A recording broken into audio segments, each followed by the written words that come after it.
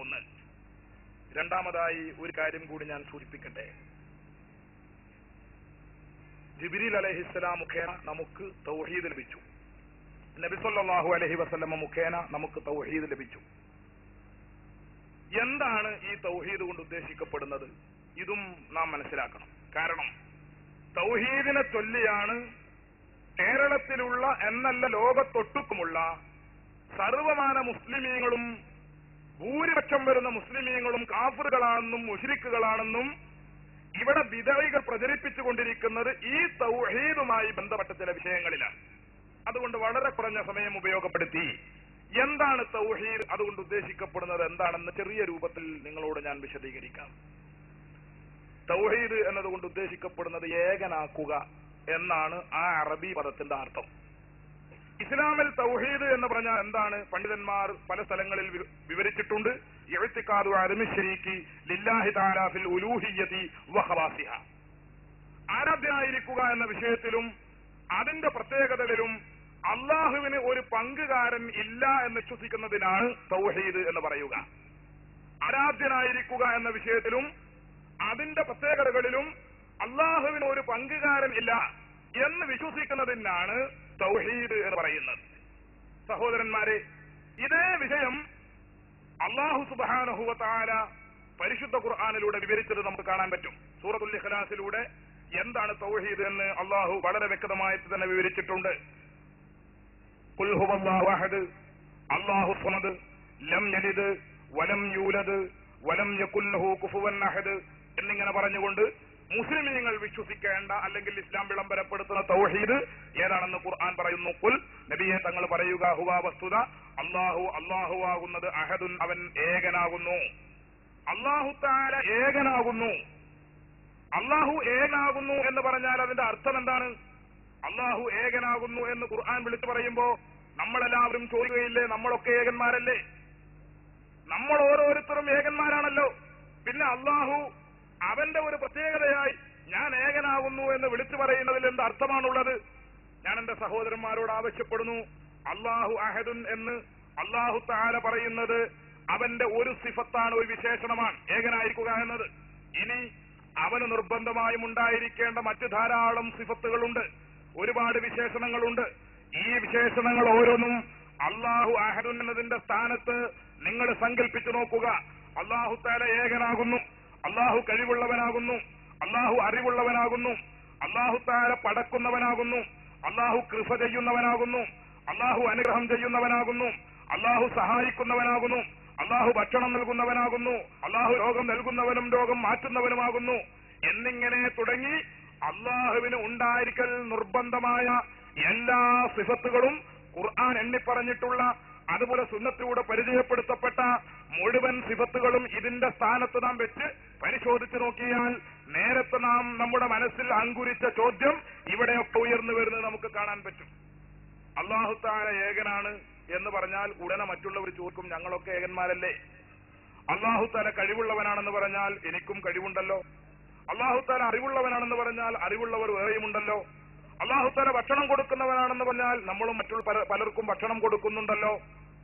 അല്ലാഹു തആല കൃപ ചെയ്യുന്നവനാണെന്ന് പറഞ്ഞാൽ വേറെയും ആളുകൾ കൃപ ചെയ്യുന്നുണ്ടല്ലോ. നോക്ക് നിങ്ങൾ, പരിശുദ്ധ ഖുർആൻ തന്നെ ഈ കാര്യം വിവരിച്ചിട്ടുണ്ട്. പരിശുദ്ധ ഖുർആനിൽ ഒരു സ്ഥലത്ത് അല്ലാഹുവിനെ സംബന്ധിച്ച് പറഞ്ഞ സ്ഥലത്ത് കാണും അല്ലാഹു തആല മനുഷ്യരെ സംബന്ധിച്ചിടത്തോളം അല്ലാഹു റഊഫുൻ റഹീമുൻ, അല്ലാഹു തആല കൃപ ചെയ്യുന്നവനാണ്, അല്ലാഹു തആല അനുഗ്രഹം ചെയ്യുന്നവനാണ്. റഊഫ്, റഹീം എന്നീ രണ്ട് സിഫത്തുകൾ ഇവിടെ അല്ലാഹുവിന്റേതായി ഖുർആൻ പറയുന്നു. എന്നാൽ അതേ ഖുർആൻ തന്നെ മറ്റൊരു സ്ഥലത്ത് ഇതേ വിശേഷണം നബി സല്ലല്ലാഹു അലൈഹി വസല്ലമക്കുള്ളതായി പറയുന്നു. ലഖദ് ജാഅക്കും റസൂലും മിൻ അൻഫുസിക്കും അസീസുൻ അലൈഹി മാ അനിതും ഹരീസുൻ അലൈക്കും ബിൽ മുഅ്മിനീന റഊഫുർ റഹീം. ഈ ആയത്തില് നിങ്ങൾക്കിടയിൽ നിന്ന് ഒരു നബി വന്നിരിക്കുന്നു, ഒരു പ്രവാചകൻ വന്നിരിക്കുന്നു എന്നിങ്ങനെ പറഞ്ഞ് നബി സല്ലല്ലാഹു അലൈഹി വസല്ലമ തങ്ങളുടെ ഗുണഗണങ്ങൾ എടുത്തെടുത്ത് പറഞ്ഞിട്ട് പരിശുദ്ധ ഖുർആൻ സൂചിപ്പിക്കുന്നത് ഈ പ്രവാചകൻ ബിൽ മുഅ്മിനീന, വിശ്വാസികളെ സംബന്ധിച്ചിടത്തോളം റഊഫുൻ, കൃപ ചെയ്യുന്ന പ്രവാചകനാണ്, റഹീമുൻ, അനുഗ്രഹം ചെയ്യുന്ന പ്രവാചകനാണ് എന്ന് നബി സല്ലല്ലാഹു അലൈഹി വസല്ലമയെ സംബന്ധിച്ച് പറയുന്നു. അപ്പോ റഊഫ് എന്ന വിശേഷണം റഊഫ് എന്ന വിശേഷണം ഒരു സ്ഥലത്ത് അള്ളാഹുവിന് കൊടുക്കുന്ന ഖുർആൻ മറ്റൊരു സ്ഥലത്ത് റസൂലുള്ളാഹിക്ക് കൊടുക്കുന്നു. റഹീമുൻ എന്ന വിശേഷണം ഒരു സ്ഥലത്ത് അള്ളാഹുവിന് നൽകുന്ന ഖുർആൻ മറ്റൊരു സ്ഥലത്ത് നബി സല്ലല്ലാഹു അലൈഹി വസല്ലമക്ക് നൽകുന്നു. ഇനിയും നിങ്ങൾ ചിന്തിച്ചു നോക്കുക, അല്ലാഹു തആല എന്റേതാണെന്ന് ഖുർആൻ അവകാശപ്പെട്ട ഒരുപാട് കാര്യങ്ങൾ ഒരു സ്ഥലത്ത് അല്ലാഹു തന്നെ പറഞ്ഞത് കാണും. അവൻ ആലിമുൽ ഗൈബി വശഹാദത്തുൽ കബീർ എന്നിങ്ങനെ പറഞ്ഞുകൊണ്ട് സൂറത്ത് ശൂറയിൽ അല്ലാഹു തആല പറഞ്ഞു, മറഞ്ഞ കാര്യങ്ങളും തെളിഞ്ഞ കാര്യങ്ങളും അറിയുന്നവൻ അല്ലാഹുവാണ്. ആലിമുൽ ഗൈബി വശഹാദ, മറഞ്ഞ കാര്യങ്ങളും തെളിഞ്ഞ കാര്യങ്ങളും അല്ലാഹുവാണ് അറിയുക. മറഞ്ഞ കാര്യങ്ങൾ അറിയുന്നവനായിരിക്കുക എന്ന വിശേഷണം അള്ളാഹുവിന്റേതാണെന്ന് ഖുർആൻ പറയുന്നു.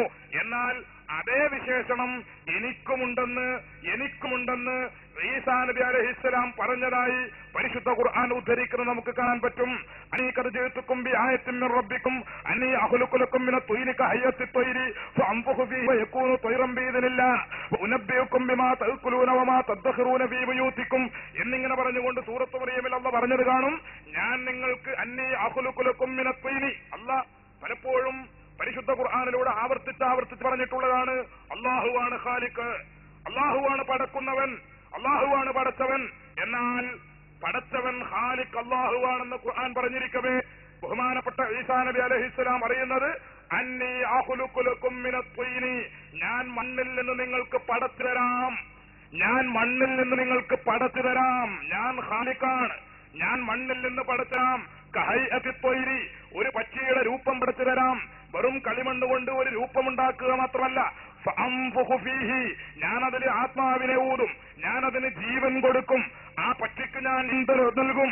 അങ്ങനെ ജീവൻ നൽകിയാൽ ഫയകൂനു ത്വയ്റൻ ബിഇദ്നില്ലാഹ്, അല്ലാഹുവിന്റെ പ്രത്യേകമായ അനുവാദപ്രകാരം ഈ പക്ഷി ഒരു പക്ഷിയായി പറന്നു പോകുന്നത് നിങ്ങൾക്ക് കാണാൻ കഴിയുമെന്ന് ഈസാ നബി അലൈഹിസ്സലാം പറയുന്നു.